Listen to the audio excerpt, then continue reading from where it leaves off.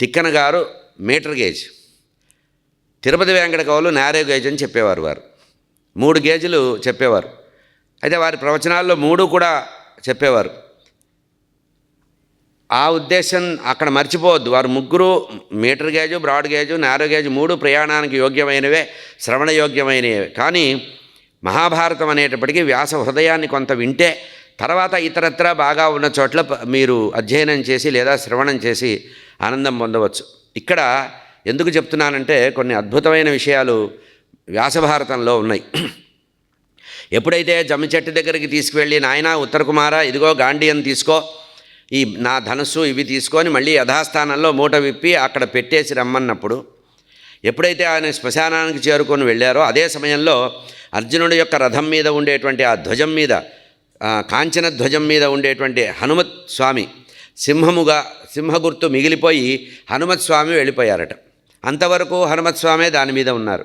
దీనికి అరణ్య పర్వంలో ప్రమాణం ఏంటంటే భీమసేనుడు సౌగంధికావనానికి వెళ్ళి బంగారు కమలాలని తీసుకురావాలి ద్రౌపదీదేవి యొక్క కోరిక ప్రకారం బయలుదేరుతుంటే అక్కడ అరటి తోటలో స్వామివారు హనుమత్ స్వామి అరటి తోటలో ఉంటారని మనకి ఇప్పటికి కూడా ప్రమాణం. ఆ అరటి తోటలో చాలా వృద్ధుడైనటువంటి హనుమత్ స్వామి అడ్డంగా పడుకొని 2 వాయునందనులు పరస్పరం ఎదురయ్యేటువంటి సన్నివేశం అది. అట్లా ఆయన పడుకొని ఉంటే భీమసేనుడు వాయునందనుడే, హనుమ వాయునందనుడే. ఆయన సీనియర్, ఈయన జూనియర్, అంతే తేడా. సీనియర్ అనుకున్నాడు, మా తమ్ముడు, మా సోదరుడు అసలు బలం చాలా గొప్పవాడు అంటున్నారు, హిడింబని వారిని వీరిని ఎంతోమందిని సంహరించాడన్నారు, అసలు ఈయన స్థాహత ఏమిటో చూద్దాం అని చెప్పి అక్కడ అడ్డంగా పడుకున్నారట. అటు ఇటు చాలా పెద్ద అరటి తోట ఉంది, మధ్యలో కాలిబాట మాత్రమే ఉంది, పొలాల మధ్యలో కాలిబాటలాగా ఉంది. సౌగంధికావనానికి వెళ్ళవలసినటువంటి భీమసేనుడు మధ్యలో చూస్తే ఈ వృద్ధమైనటువంటి వానరం ఉంటే అడిగాడు, అయ్యా పక్కకి జరగండి, మేము వెళ్తామని. అదేమిటయ్యా, నేను చాలా వృద్ధుడిని, ఏదో పూర్వయుగం వాడిని, కదల్లేకుండా ఉన్నా దాటుకొని పొమ్మన్నట్ట. ఇది మొదటి పరీక్ష. హనుమంతుడు ఆంజనేయ స్వామి వారు మొట్టమొదట భీముడికి పెట్టిన మొదటి పరీక్ష. ఈయనన్నాడు, ఈయన మహాపండితుడు, ఆయన మహాపండితుడే, ఈయన మహాపండితుడే.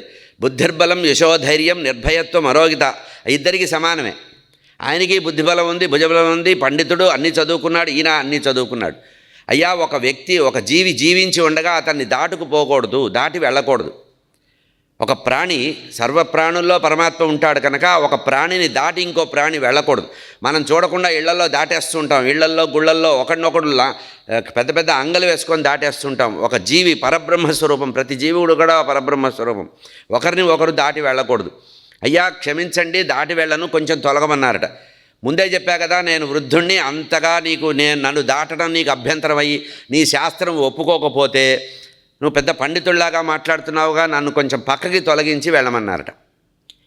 ఈయన ఏం చేశాడంటే, ఏముంది వృద్ధ వానరమే కదా అని చెప్పి ఎడం చేత్తో ఇట్లా తొయ్యబోయారట. కనీసం ఆయన యొక్క రోమం కూడా కదలలేదట, హనుమత్ స్వామి యొక్క రోమం కూడా కదలలేదట.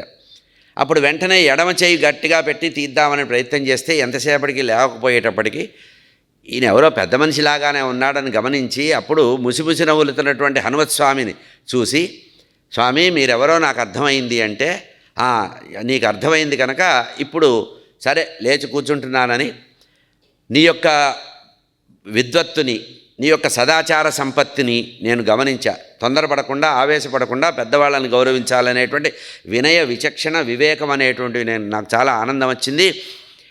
నీకు ఏదన్నా వరం ఇవ్వాలని ఏదన్నా కోరుకో అంటే, నీ అంతటి వాడు నాకు కనబడ్డమే, నా అగ్రజుడివి, నువ్వు కనబడ్డమే నాకు చాలా ఆనందం.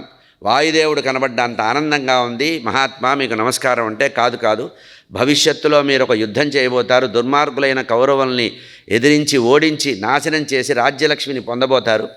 అప్పుడు నేను మీ యొక్క ధ్వజం మీద ఉంటాను, అర్జున ధ్వజం మీద ఉండి నేను నిలబడతా. ఒక్క విషయం గుర్తుపెట్టుకో, ఎప్పుడైనా గర్జించేటప్పుడు భీమసేనుడు గర్జిస్తే నువ్వెప్పుడు నోరు తెరిచి శబ్దం చేస్తావో ఆ శబ్దాన్ని 1000 ఇంతలుగా మారుస్తూ నేను అరుస్తా. నువ్వే అరిచినట్టు సగం మంది గుండెలు పగిలి చేస్తారు.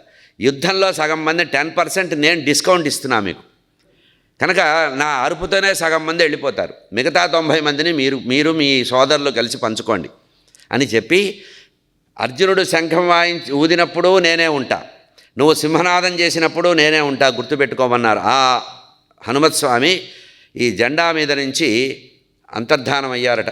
అయిపోయింది, కౌరవులకు చెప్పవలసిన బుద్ధి చెప్పడం అయిపోయిందని తన యొక్క భవిష్యత్తులో జరగబోయే యుద్ధానికి ముందుగా తాను ధ్వజం మీద ఉండి నిలబడి తర్వాత వెళ్ళిపోయారట. ఆయన వెళ్ళిపోగానే మళ్ళీ యథార్థంగా సింహవాహనం, సింహ చిహ్నం ఉన్నట్టుగా ధ్వజం మీద ఉందిట.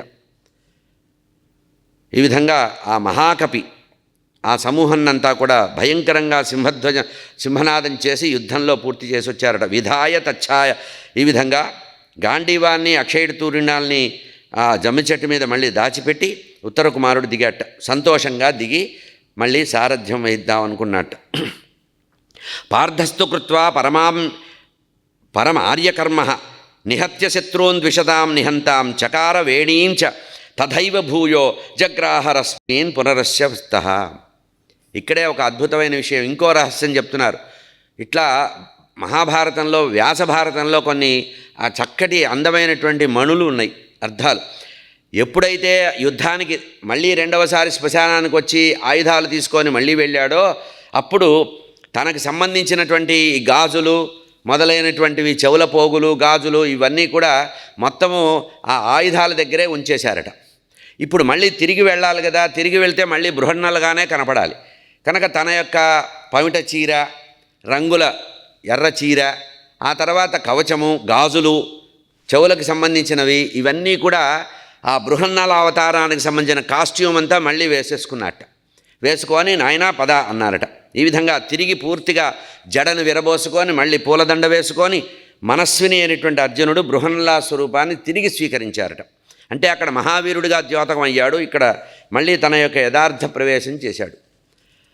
వైశంపాయనుల వారు ఇదే సందర్భంలో చెప్తున్నారు, నాయన జనమేజయ మహారాజా, కౌరవుల యుద్ధంలో పరాజితులైనటువంటి వాళ్ళందరూ కూడా విరాట నగరం నుంచి తిరిగి ఉత్తరం నుంచి వెళ్ళిపోతున్నారు. రాజపుత్రస్య పరివేక్ష. ఇక అన్ని వైపుల నుంచి కూడా గోగణమంతా కూడా మొత్తం దుమ్ము రేపుకుంటూ గోగణమంతా లోపలికి వెళుతోందట. ముందు గోవుల్ని, తర్వాత గోవుల్ని పాలించేటువంటి గోపాలుని పంపించారట. వీళ్ళు వెళ్ళలా, తొందరపడలా. అర్జునుడు చెప్తున్నాడు, నాయన ముందుగా గోవుల్ని పంపించు, ఆ తర్వాత గోపాలకులు పంపించు, ఈ విజయవార్త అందించు రాజధానికి, మనం మెల్లిగా వెళదాం. ఈ రకంగా ఎప్పుడైతే బృహన్నల సూచించారో, బృహన్నల యొక్క సూచన ప్రకారం వాళ్ళందరూ వేగంగా వెళ్ళిపోయి రాజ్యంలో విషయాన్ని చెప్పారు. గోసంపదంతా కూడా చేరబడింది. అప్పుడు ఇత్యేవంతా భారతం మత్స్యవీరౌ సమంత్రిత సంగమ్య తతస్యమీతాం అభేత్య భూయో విజయే తృప్తత. ఆ శమీవృక్షం దాటిన తర్వాత, శ్మశానం దాటిన తర్వాత ఊరు పొలిమేరల్లో ఆగారట కొంచెంసేపు. ఇక్కడ కొంచెం ఉంచుదామని మళ్ళీ అలంకారాలన్నీ ఒకసారి చూసుకున్నట్ట. ఎవరైనా మళ్ళీ చిన్న వేషం ఏమన్నా తేడా అవుతుందేమో అని అద్దంలో చూసుకొని నగరంలో ప్రవేశించారు.